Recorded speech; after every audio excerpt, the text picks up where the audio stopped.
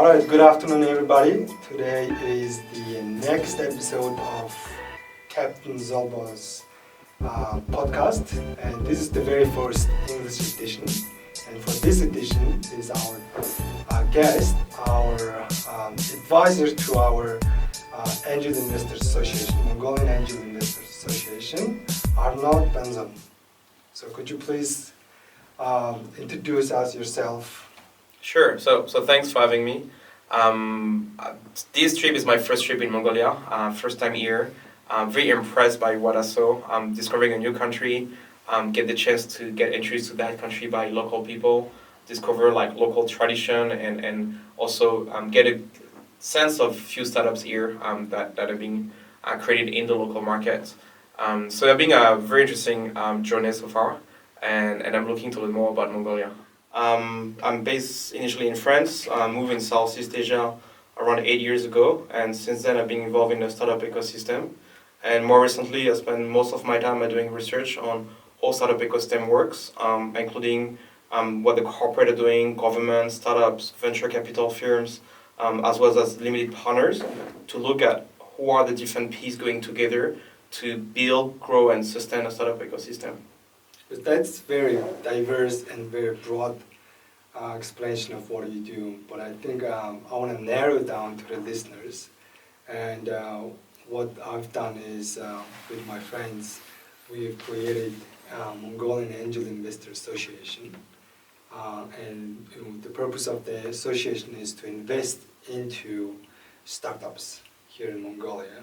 And what we realized recently was Start and our two other affiliates have invested enough time into bringing up the entrepreneurs and startup ecosystem from the company side, right? From the entrepreneur side, from the startup side. And what we needed was, we need ecosystem, we need education from the investor side. So we started investing a lot of our effort and time into educating the investors, and that's why we created and we registered the very first Angel Investor Association. And then just for the listeners, what I want to say is I'm very unfortunate to have you as our advisor to our association. It means a lot to us, and the advices that you have given us is so much and tremendous, and hope to get more out of you in the future too. And but just narrow it down. Having seen Mongolia, first of all, how did it beat your expectation? How did it meet your expectation? And then also, based on the way Mongolian economy is structured, right? It's a mining-based economy, and then startups coming from this kind of environment and this kind of economic backdrop. Could you comment a little bit on the market characteristics and what it brings to, what it means for startup ecosystem, and does it really matter if the economy is really mining based, or is it financial sector based? Does it really matter? Sure. So I was very surprised by Mongolia. This is my first trip in Mongolia, and it's always different when you visit a country and you already know a few locals. So I got a chance to know Oko, so we introduced to each other and to many other people part of the startup ecosystem here, and also helped me to discover a bit more about the Mongolian culture, trying some local dishes, meeting a lot of local people. So that really gave me a very rare opportunity to discover Mongolia, even if it was just very few days. So it was very short snapshots on what is Mongolia, and a little bit of also the countryside and see the horse race, for example. So that was a very interesting way to get that short introduction of the country. Regarding the startup ecosystem, usually when you are like a small country in terms of population, right? If you look at a country like Singapore or Israel or New Zealand, each of those countries are pretty small in terms of population. So it means they have a very small local markets, especially if you do B2C. So usually those markets are doing well, especially for the company who are doing B2B. And is why I think if we look at Mongolia, some of the pillars that the Mongolian startup ecosystem should leverage will be, for example, mining, could be also potentially fintech, and looking at where there are already some talents, where there's already some potential customers, but also looking very quickly to scale outside of Mongolia. And often I will say it's an advantage to be a small country because you are either a large one like US, China, India, for example, or you are a small one, but there's a lot of them in the middle. So for example, France, where I came from, is around like a 65 million people country. And that is a middle size. So the trick there is you feel it's big enough, but it's not. So the idea is now what we see happening more and more is a lot of French founders may start in France, but may move very quickly to the US, for example, to really scale the business. So there's company like France or Mongolia. They studied in France, went to Y Combinator, so the most well-known accelerator, and then after that, usually the CEO stay there. But they leverage the local asset by keeping the technical team in France. So then it's really looking about what is the best you can get out of Mongolia and how can you leverage a large market. So do you want to leverage the inner Mongolia that we discussed last night in China, or do you want to enter directly China, or do you think Southeast Asia is the right opportunity? Or it could be India, for example, could be US. It also depending a lot of what you are building, right? If we go back to mining, then there's some market that could be interesting, of course. If you look at fintech, if you go to China, it will be massive market, but you will need to compete against the Alibaba with firms they have like Alipay. I think those are very important points. And then if we look at the domestic market here, even though the first startups have been very successful in fintechs and microfinancing, there are a lot of opportunities and there are a lot of industries that doesn't have any digital solutions. For example, agriculture, with huge potential there, right? And then also, not only mining, we would have transportation as well, right? There we can have a lot of potentials. But again, I think you mentioned earlier today when we were speaking, or maybe yesterday, that you mentioned that it also really depends on the investor type, right? Because you want, in order to scale out of Mongolia to bigger markets, we need investors. Those also focus on bigger markets and global markets, right? So you said that those people can actually bring in connections, know-hows, right? And then also exactly tells you what's the right scale-up strategies. And all those stuffs are very important in terms of how Mongolian company using its momentum to scale up overseas. So if you could a little bit elaborate on what that global investor means to small markets like ours. Sure. So the first thing you will need is local investors for the early stage. So usually angel, pre-seed, seed stage will be a very local base of investors. So then is that part need to be built locally. So you will need to have those people in Mongolia to invest in those companies. When you go further stage, like Series A and B, for example, you can get investors from outside of Mongolia willing to invest. And you can sometimes get even if the seed stage these days. So then it would be about first maybe training, especially in Mongolia now, of those early stage investors and helping them to understand what are the best practices to invest into those startups. Also doing some training for the entrepreneurs to know how those kind of thing works. And that may start also just with the incorporation of their company. If the company is incorporated in Mongolia, it's pretty unlikely that a foreign investor will invest in the company for a lot of different reasons. But just one is just they are not familiar with the Mongolian, as what does it mean to be incorporated in Mongolia.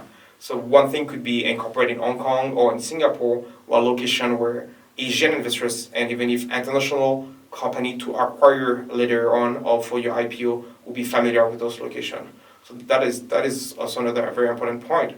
And then lastly will be also to identify who are those investors, maybe based in Southeast Asia, China, India, having more global mandates, or maybe potentially even if the Korean, since Korea is also pretty active at investing in Mongolia, not yet I guess in startups, but in more retail and other spaces. So then it will be being able to identify those investors and bring them down here. So meaning people like start, for example, or the angel association that you started for in Mongolia will be helping them like, hey, that is a good company we know that you can filter and send them deal flow. So at the beginning, you will need to do that heavy lifting for them. Then as soon as they start to meet few startups and they really like them, then they may find like come back every 6 months or always ping you, say, hey, what did you see? What is interesting now? But first, it will be a large work to sell to them because they will be very familiar about their own market. They will look at Mongolia. They will like, oh, that is only 3 million people market. It's a pretty small one. And an investor is there to get return, and you look at the big return. So it's why a lot of them are focusing on large markets. But you can always, as you mentioned on B2B, you can always look at very big markets. And the thing is, today with tech, you can really build global businesses from everywhere in the world.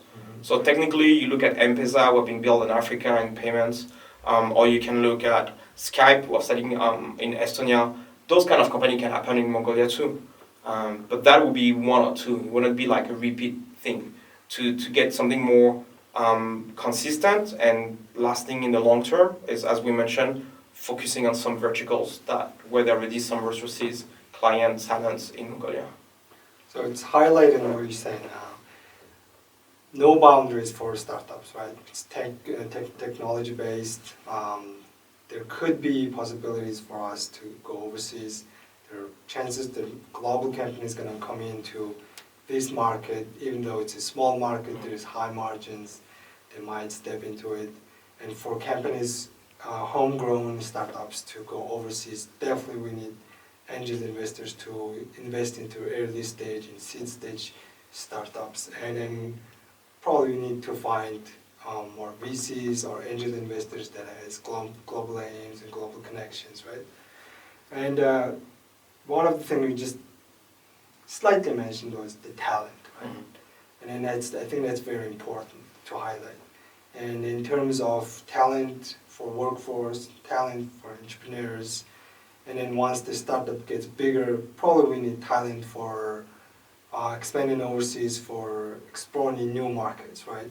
And I think we're really good at that, exploring new markets and trying to expand into Malaysia, Thailand, Singapore. So that kind of mentality is needed for startups to actually expand overseas, right? And then another thing you just mentioned is registration. And the legal system here is not very known to many investors. And to open up the door for foreign investors or global investors to invest into your startup, you need to be able to register on a market where they are comfortable with their legal system, right? So, and for us as well, we're doing the exact same thing. We're registering there and inviting all types of investors to tap into us. And then also we want to be here to really showcase Mongolian startups, Mongolian ecosystem, and Mongolian market and economy overall, right? So I think that's very, very brilliant ideas. But if you could highlight on that untapped talent in a country like this, how do investors really look into these untapped talents? Well, usually when you get a very early stage ecosystem, you may get most of your Mongolian talent, in fact, outside of Mongolia. So you may get a lot of Mongolian who want to work overseas, study overseas. So sometimes they will come back to their country where they think there's some great opportunity there.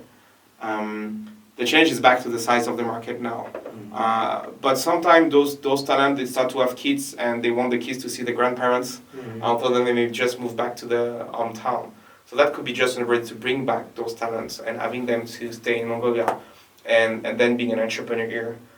So talent, I think, is really the key part, is really the foundation of everything.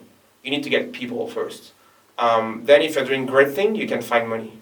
There's always different pocket of money you can tap. And then it's about the market. So what is interesting is a lot of people will tell you it's better to invest in a A team and a B ID compared to the A ID and a B team. So to show the priority on the team.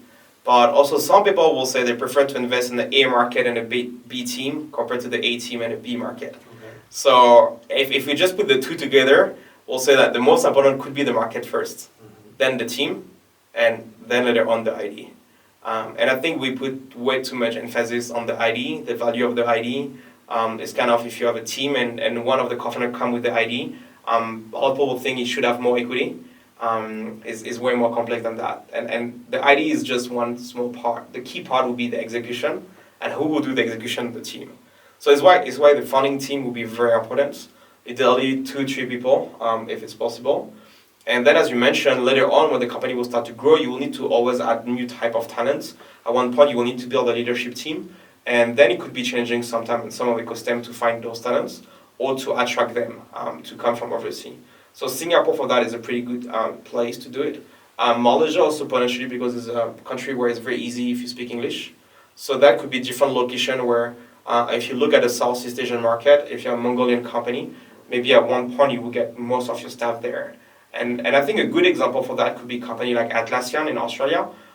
They started in Australia, but then they moved their HQ to London to tap a bigger talent pool and looking at bigger market. So that is something that at one point it could change, and then they may still have part of the office, part of the employee in Mongolia, but potentially most of the employee outside of Mongolia. Right, so earlier in our conversation, you mentioned B2B, B2C, right, business-to-business model, and it could be actually for small countries like ours, and in markets like ours, there could be a potential for B2B business to be successful. And then could you explain a little bit into why is it that important than actually B2C business?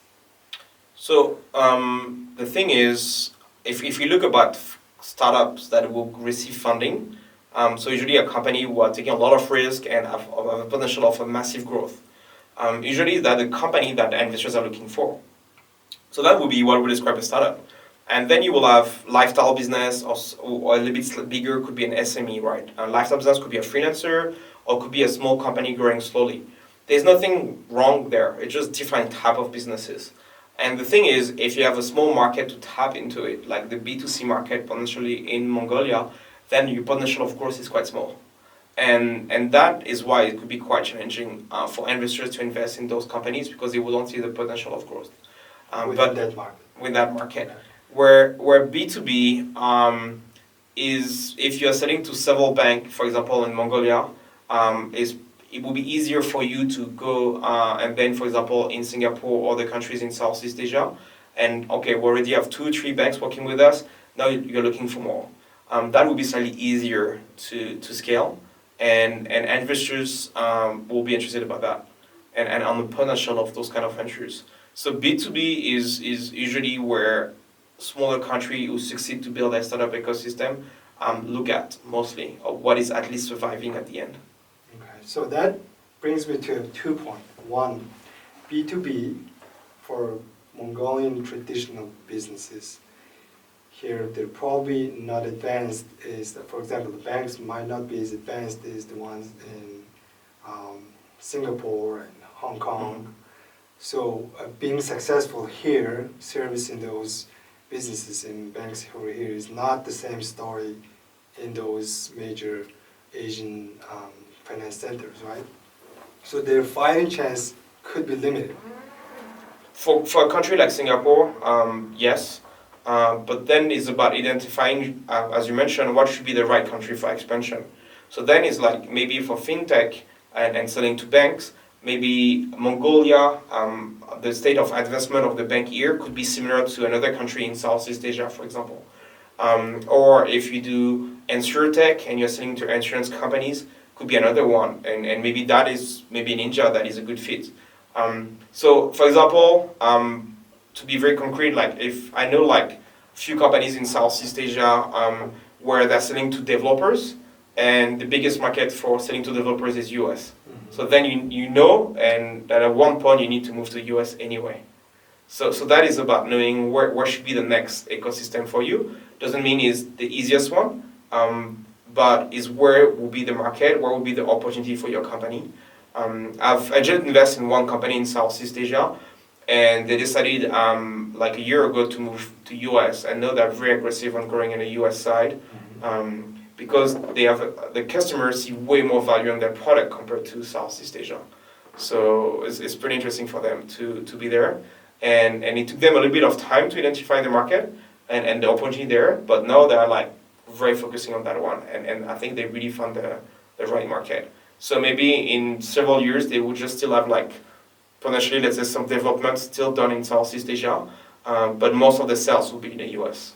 So that is a tricky part, and it will depend on any kind of business and what kind of solution you are building, and what kind of industry you are. Sometimes could be where you're from, some other things that can help you a little bit, But I will say don't focus too much on what is easy at the short term. It's more about where is your market and how can you crack it after Mongolia, or even if maybe you may get companies like Canva in Australia, or Imagine Group, who is doing 1 to 3 RF, which is similar to Photolia. So those people barely sell anything in their own country compared to their sales now. So you may get at one point companies who are selling digital product, and barely do any business in Mongolia and based in Mongolia. And then what you can leverage is the cost of labor will be way lower here compared to the US. But if your market is the US and you can sell remotely and you don't need to be there, that is a very strong advantage.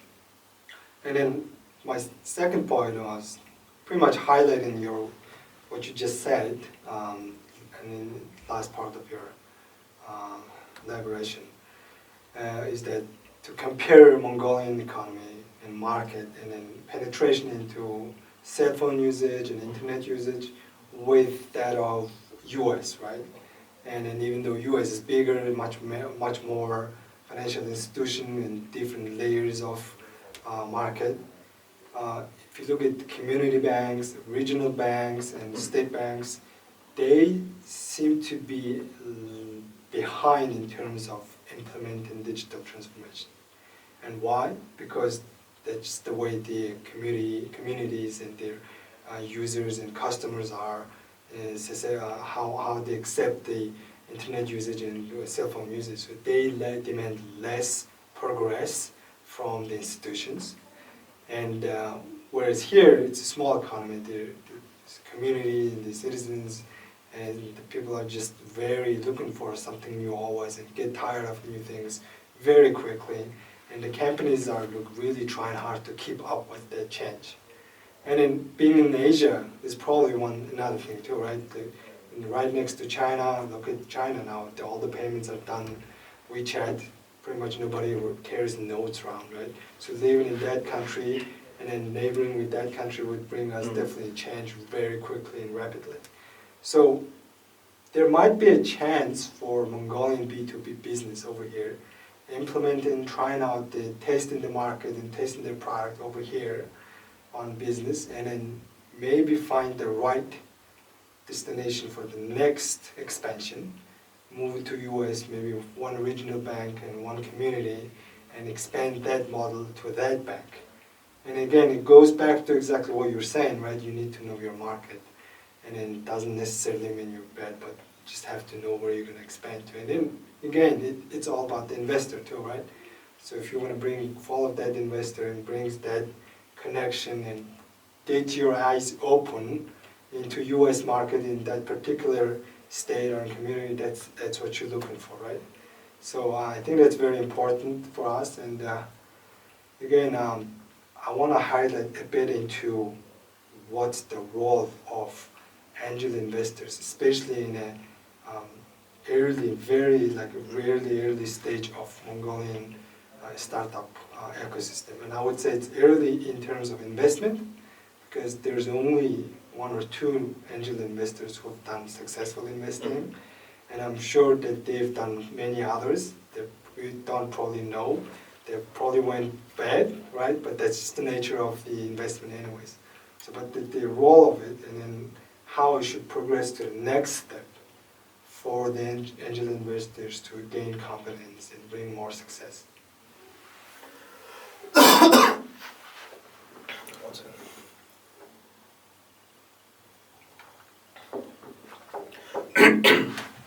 So I think for the angel investors, there's like 2 sides: is the entrepreneur side and the angel side.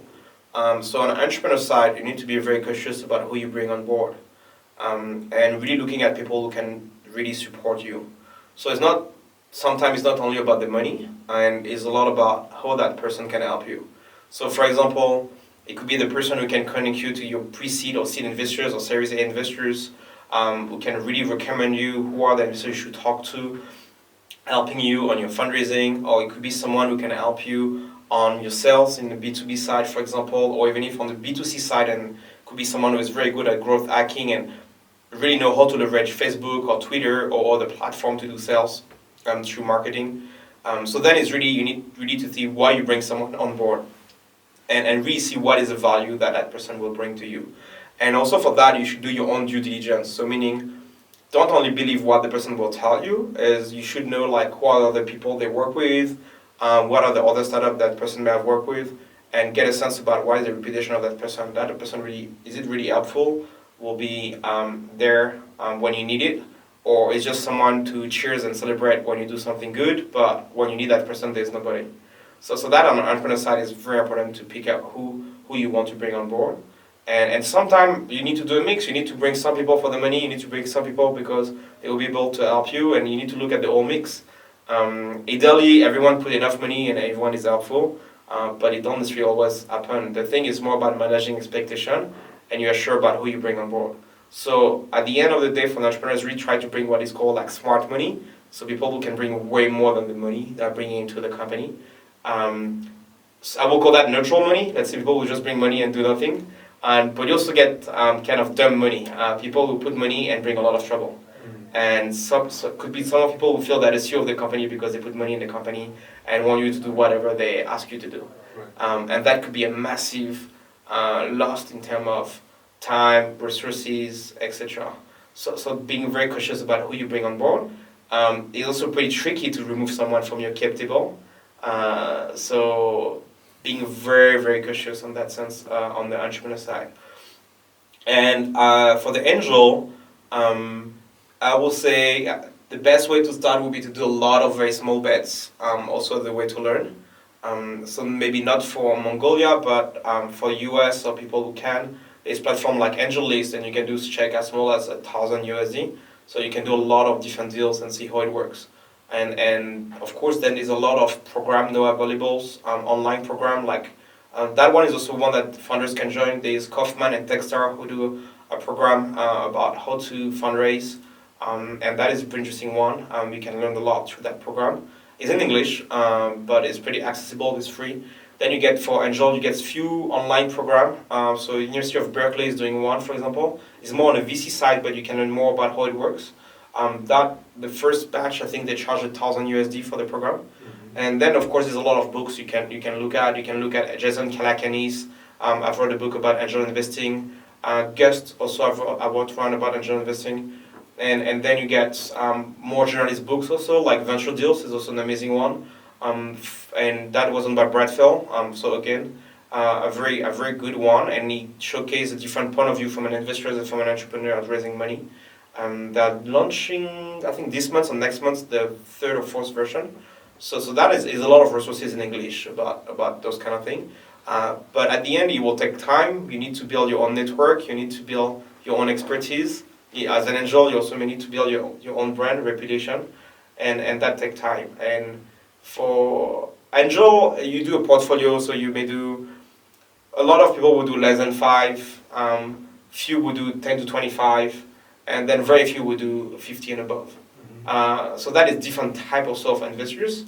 You get angels who could be your friends and family who will just do 1 or 2 deals in their life, and you get people who will do way more and know more about it. So it's not the same expectation from each of those people that you want to bring on board. So going back to the 5, 20, and then 50 investments. So the ideology behind angel investing or VC is to create portfolio of companies, right? And investors never want to hold a position that's over 20% of the whole company. They want to give more drive for the entrepreneurs to drive the business.